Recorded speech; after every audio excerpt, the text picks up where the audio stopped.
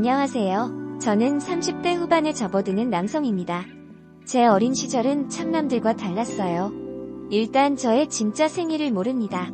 왜냐하면 기억조차 나지 않던 1에서 2살쯤에 길에서 경찰관분이 발견하셔서 경찰서에서 출생신고를 했다고 합니다.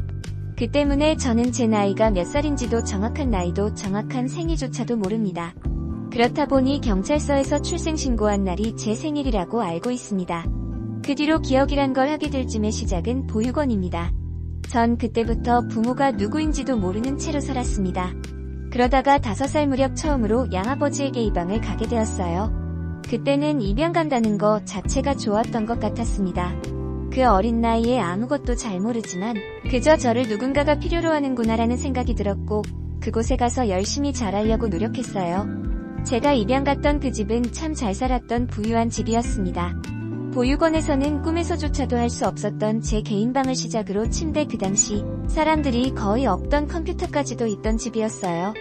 그러나 그런 천국 같은 생활이 변하기 시작한 건 2년이 채 지나지 않아서였습니다. 양부모는 자식을 못 가지는 사람들이었습니다. 그러나 학구욕이 강했고 명예욕도 강했기 때문에 저에게 공부를 시켜서 천재로 키우고 싶다고 하였고 저를 많은 학원에 보내고 밤낮 없이 공부를 시켰습니다. 특히 제가 진도를 잘못 따라가자 새엄마는 새벽 5시에 당시 6살이던 저를 깨워서 자신이 출근 전 2시간씩 공부를 시키고 제가 모조일 때마다 화를 내며 회초리를 들었었죠.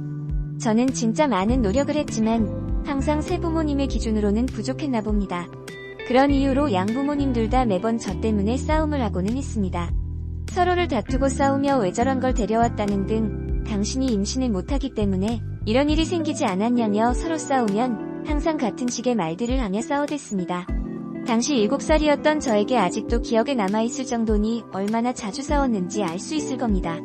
그렇게 매번 싸우는 것도 지쳤는지 이제 양아버지는 저한테 성질을 내기 시작하더군요. 그리고 어느 날부터인가 제가 다니던 수많은 학원도 모두 다 끊어버리면서 말하더군요. 너같이 해도 안 되는 놈에게는 아무것도 필요 없다며 방에 있는 책상도 없애버리더군요. 널찍했던 제 침대도 없어졌고 제가 가지고 있던 장난감들도 전부 다 어디론가 없애버렸습니다. 그 뒤로는 식사조차도 저랑 같은 식탁에서 먹질 않았고 저는 바닥에 앉아서 밥을 먹어야만 했습니다.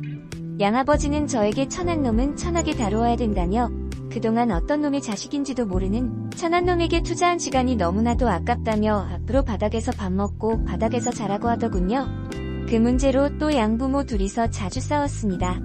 결국 양어머니는 양아버지에게 이런 인간 이하의 행동을 지켜봐줄 수가 없다며 당신 같은 미친 인간이랑 못 살겠다며 집을 나가버렸고 그대로 이혼한 걸로 알고 있습니다. 양어머니가 집을 나가고 나서 그때부턴 보육원이 그리워질 정도의 생활이 시작되었습니다. 바닥에서 자고 양아버지가 먹고 남은 음식들을 주워 먹고 나중에는 제 방도 없앤 채로 창고방에서 재웠으니까요. 학원도 안 다니던 제가 할 수 있는 일은 양아버지가 나가면서 저에게 시킨 집안 청소의 일이었습니다. 7살의 나이에 그 집을 청소하기 위해 키가 닿질 않는 곳도 있어서 청소하다가 넘어진 적도 수없이 있었습니다. 그럼에도 불구하고 어린 제가 청소를 해봐야 성인 기준에 눈이나 찾겠습니까? 제가 한 집 청소가 마음에 안 든다며 집에 와서 저에게 욕을 하고 구박하던 양아버지가 너무나도 밉고 서러웠습니다. 저는 너무 괴롭고 힘들어서 양아버지에게 보육원으로 다시 돌아가고 싶다고 말해봤지만 양아버지는 저에게 누구 맘대로 돌아가냐며 너한테 쓴 돈만큼 일하고 가라고 하더군요. 그 이후로 그런 생활을 2년 넘게 하면서 용돈이나 학비조차도 제대로 못 받고 국민학교를 다녔습니다. 결국 제 사정을 알게 된 당시 국민학교 선생님이 신고를 해주셔서 아버지 밑에서 벗어날 수 있었네요. 그 아버지란 인간은 저를 괴롭힌 혐의가 인정되었지만 나중에 성인이 되어 듣기로는 집행유예로 실제로 실형 같은 건 받지도 않았다고 합니다. 그때부터 저는 제가 아무것도 아닌 인간처럼 여기던 사람들에게 뭔가를 보여주고 싶었습니다. 친부모한테도 버려지고 양부모한테까지도 버려진 제가 그 자리에 서서 마냥 주저앉으면 그야말로 쓸모없는 존재가 되는 거니까요. 그래도 제 기억에는 없지만 길거리에 버려 저를 살려준 분도 있었고 저를 지옥 같은 그 집에서 벗어나게 해준 선생님도 있으셨기에 어쩌면 저 같은 고아도 세상을 살아갈 수 있게 도와준 것이 바로 그분들이 있기에 저도 누군가에게 도움이 되는 사람이 되고 싶었어요.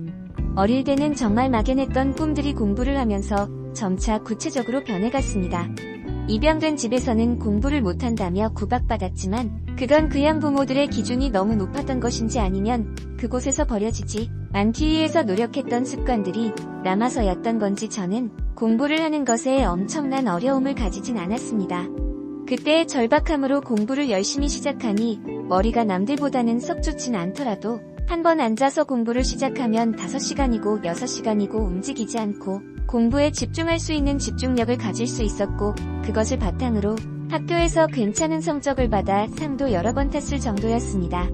그리고 중학교 때는 좋은 분들을 만나 저를 후원해주시다 입양까지 해주셨습니다. 당시 저는 입양이나 사람들에 대한 두려움이 컸었지만 그분들은 제가 초등학생 때부터 꾸준하게 저희 보육원에 오시면서 저를 후원해주셨던 분들이고 저에게 이 관심이 참 많으셨던 부부였습니다. 입양 의사는 몇 년 전부터 말씀하셨었지만 제가 예전에 좋지 못한 파양 경험이 있어서 조심스럽다라고 말씀드리자 시간을 가지고 천천히 생각해보자고 자신들도 충분히 이해해주신다며 저를 기다려주셨던 분들이셨죠. 결국 저도 어느새부터인가 그분들이 진짜 부모님처럼 여겨지기 시작했고 그렇게 중학교 2학년 무렵에는 정식으로 입양자가 되어서 살기 시작했습니다. 저희 부모님 두 분 다 부부이사셨어요. 아이를 가질 수가 없어서 입양을 생각하셨고 원래는 저같이 나이가 들은 아이가 아니라 어리고 어린갓난 아이를 입양하고 싶었지만 뭔가 끌리는 느낌에 이상하게 제가 자꾸 눈에 계속 들어왔다고 합니다. 그래서 대화를 해보니 너무 잘 맞아서 데려왔다고 하시네요. 저는 그런 부모님들을 실망시키고 싶지 않았습니다. 특히 지금 과거를 돌이켜보면서 드는 생각이지만 제가 그때 입양되지 않았다면 과연 의사가 될 수 있었을까? 라고 생각해보면 절대 아니오라는 말이 절로 듭니다. 부모님 두 분 덕분에 의사에 대한 진로도 잡을 수 있었지만 초등학교 중학교 공부는 혼자서 어떻게 했다 하더라도 고등학교 공부나 수능 공부 그리고 의대 공부는 제가 하고 싶어도 제 신분상으로는 절대 할 수가 없던 공부들이었으니까요. 제가 열심히 하며 저도 부모님처럼 의사가 되고 싶다고 하자 저에게 하고 싶은 공부는 원 없이 하라며 정말 무한정 지원해주셨고 두 분의 경험이나 공부 방법들도 가르쳐주시며 정말 저에게는 축복 같은 일이었었죠. 그렇게 20살이 되었을 때 의대를 진학할 수 있게 되었고 저는 꿈에 그리던 의사가 될 수 있었네요. 하지만 의사 일이 그렇게 행복한 일만은 아니었습니다. 상상하던 것과 다르게 학생 때는 공부할 것들이 넘쳐났고 실제 인턴 시작 때는 그냥 제가 쉴 수 있는 개인 시간의 삶이라는 게 없을 정도였습니다. 집에 들어간 날보다 병원에서 날밤 새며 자는 날이 더 많았으니까요. 거기에 좋은 환자분들도 많았지만 난동도 부리는 사람들도 겪으며 울고 웃는 날들이 많았었죠. 그래도 예전에 정말 아무것도 아니던 공부 못한다면서 버려졌던 제가 공부로서 가장 성공한 직업 중 하나인 의사가 되었다는 것에 저에게 크나큰 성취감으로 시작해서 자신감을 얻게 되었습니다. 그 힘들다는 인턴 레지던트 시기도 꿋꿋하게 잘 이겨내고 군의관으로서의 의무까지 다 마치고서 국내 대형 병원 응급 전문의로 일을 하게 되었습니다. 응급실에 있다 보면 정말 수많은 사람들을 보게 됩니다. 아파서 오는 아이들부터 사고로 인해서 다친 사람들까지 정말 다양한 사람들을 보게 되는데 그러던 어느 날 병원에서 대형 교통사고가 나서 오게 된 환자를 한 명을 맡게 되었는데 그 환자가 바로 예전에 어릴 적에 저를 입양했다가 수년 동안 착취하며 괴롭히고 파양시켰던 양아버지였던 겁니다. 병원에 오게 된 사유는 음주운전을 하다가 사고를 내고 병원에 실려왔다는데 순간 정말 어이가 없더군요. 저를 보자마자 양아버지는 저에게 제발 살려달라며 싹싹 빌더군요. 여러가지 검사 결과 본인이 사고낸 사람치고는 다친 곳도 거의 없었습니다. 오히려 사고를 당한 쪽이 위독하였는데 그 와중에 양아버지란 인간은 저를 알아보지도 못하고 그저 싹싹 빌면서 별로 다치지도 않은 사람이 자기 죽는다며 오로지 자기 안위만 챙기는 양아버지란 인간을 보니 이 인간은 원래 이런 인간이었구나 라는 생각이 들게 만들더군요. 그래도 다행히 피해자 측도 생명에는 지장이 없이 빠른 조치로 낫게 되었고 그 후로 저를 파양한 양아버지와 이야기를 해볼 수 있게 되었습니다.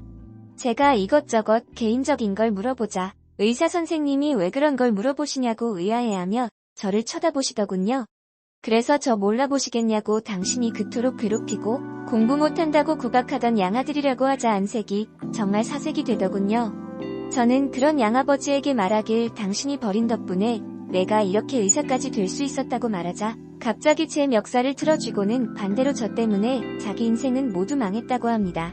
저를 입양해서 이혼도 하고 사업도 잘 안되고 모든 것이 망했다고, 이전엔 음주운전으로 기소까지 당하게 생겼으니 망해도 정말 완전히 망한 수준이었죠. 그래서 저는 양아버지에게 말하길 당신 같은 인간 다시 보면 정말 한 대라도 때려주고 싶었는데 지금 보니까 그럴 가치도 없을 만큼 인간이 망가지셨네요. 지금 모든 게 저 때문이라고 하시는데 잘 한번 생각해보시라고. 저 때문이 아니라 당신이 모든 걸 그렇게 만든 게 아니냐고 쏘아줬습니다. 공부 못한다고 아이를 버리더니 그 아이가 의사가 된 기분이었더냐고. 당신이 기분 내키는 대로 했던 행동들 때문에 결국 떠난 아내가 왜 나 때문이냐고 화도 내지도 않고 담담히 묻자 양아버지는 그 자리에서 울면서 그때로 돌아가고 싶다고 하더군요. 그 이후로 그 인간 소식을 들은 적이 없습니다. 그저 세상은 참 정말 넓고도 좁구나 라는 생각이 들더군요. 2번 다시 제 인생에서 나타나지 않을 거리 생각했던 그 양아버지라는 사람과 그런 식으로 마주칠 줄도 몰랐고, 그렇게 잘 나가던 사람이 저렇게까지 한순간에 망가진 채로 살 줄도 몰랐네요. 그 이후로 제 마음의 모든 짐은 내려지게 된 것만 같습니다. 안녕하세요. 저는 30대 후반에 접어든